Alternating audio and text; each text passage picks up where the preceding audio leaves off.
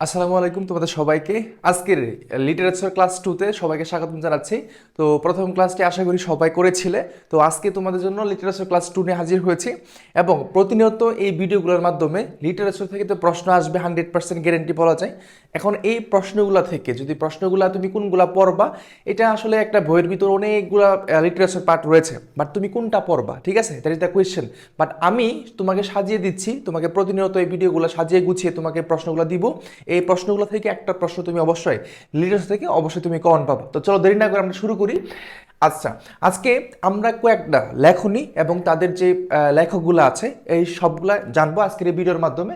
বলা হচ্ছে ode to the west wind is written by P B Shelley.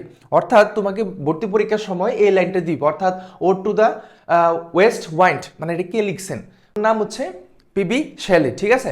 দেন পরবর্তীতে আরেকটা দেখি, বলা হচ্ছে justice delayed is justice denied was stated by Gladstone. তাহলে এখানে তোমার ভর্তি পরীক্ষার ক্ষেত্রে যে প্রশ্নটা তোমাকে করবে সেটা হচ্ছে যে justice delayed is justice denied এটা কে লিখছেন।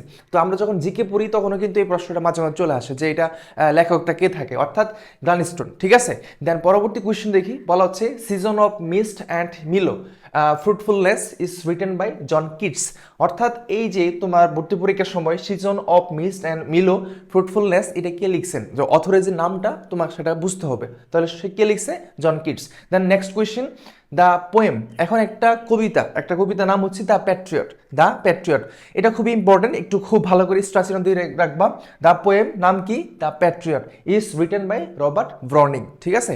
দেন পরবর্তী আরেকটা দেখি, বলা হচ্ছে great expectation is written by Charles Dickenson. তাহলে এখানে তোমার পরীক্ষার সময় এটা আসবে যে গ্রেট এক্সপেকটেশন এটা কে লিখছেন, রাইটারের নামটা কি, সেটা হচ্ছে Charles Dickenson. Then next question, a things of beauty is a joy for ever was stated by John Keats. উনি কিন্তু আরো অনেকগুলো লেখনী লিখেছে, আমি গত ক্লাসে একটা তোমাকে দেখিয়েছিলাম। তাহলে পরবর্তী আরেকটা দেখি, দ্য টেম্পেস্ট, এটাও ইম্পর্টেন্ট, খুবই খুবই গুরুত্বপূর্ণ, খাতার মধ্যে স্ট্রাকচার দিয়ে লাগবা। The Tempest is written by the Shakespeare, William Shakespeare. তাহলে এই যে দ্য টেম্পেস্ট এটা কে লিখছেন, উইলিয়াম শেক্সপিয়ার। চলো আরো কয়েকটা দেখানোর চেষ্টা করি। তোমাকে বলা হচ্ছে যে এই যে ইউলিসিস, দেখো এই যে এই শব্দটা আমাদের কিন্তু 2023-24 সেশনে কিন্তু এই প্রশ্নটা এসেছিল, ঠিক আছে। তো অবশ্যই তোমার মনে আছে এটা, the Ulysses is written by the Alfred Tennyson, এটা কিন্তু তোমার এই যে বিগত সাল 23-24 সেশনে এই প্রশ্নটা আসছিল এবং ওইগুলা কিন্তু তোমাকে দিচ্ছি যেগুলো হচ্ছে আসার মতো। হয়তো তুমি বুঝতে পারতেছো না, তোমার বইয়ের ভিতরে অনেকগুলো আছে, এখন ওই জায়গা থেকে তুমি কোনটা পড়বা। বাট আমি তোমাকে প্রথমত এই ক্লাসগুলোর মাধ্যমে লেখক এবং তার লেখনীগুলা দিচ্ছি, দেন পরবর্তীতে লিটারেরি টার্মগুলা মানে লিটারেচারের জন্য যে ধরনের তথ্যগুলো তোমার প্রয়োজন সবগুলো দিব, ঠিক আছে। দেন নেক্সট আসি, to his coy mistress is written by Andrew Marvel.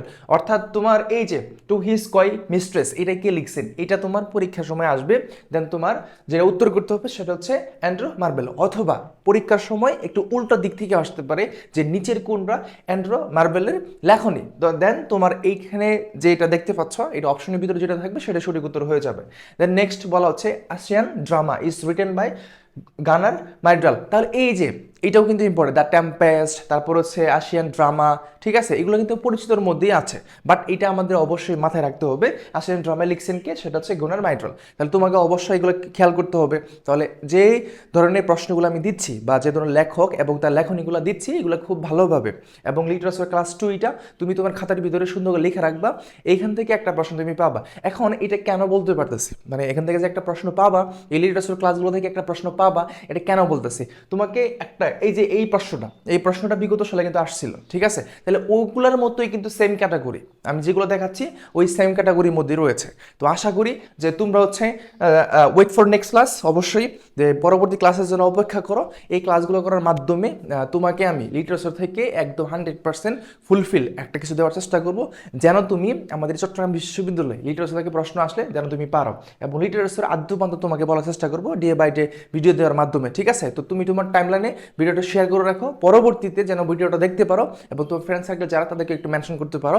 এই লিটারেচার নিয়ে যারা ভয়ে আছে তাদের জন্য এগুলো একদম কনফিউশনটা ক্লিয়ার হয়ে যায়। আর তোমরা যারা হচ্ছে ইংলিশ এবং আইকিউর জন্য দেখা যাচ্ছে যে অনেকেই প্রবলেম আছে বা অনেকেই এটা শেষ করতে পারতেছে না, বি এবং ডি অথবা এ ইউনিট যেটা হোক না কেন, যারা ইংলিশ নিয়ে অনেক ভয়ে আছো যে আসলে কীভাবে শেষ করবো, ভোকাবুলারি, গ্রামার, প্যাসেজ, এই যে লিটারেচার পয়েন্টগুলো, তারা কিন্তু আমাদের বুস্টার বেসে আসতে পারো। আর যারা নিজেকে জাজ করতে চাও যে পরীক্ষা পরীক্ষা দিয়ে আমার সংশোধন করতে চাই, তাহলে তুমি আমার এক্সাম বেসে আসতে পারো। দেখা হচ্ছে পরবর্তী কোনো ভিডিওতে।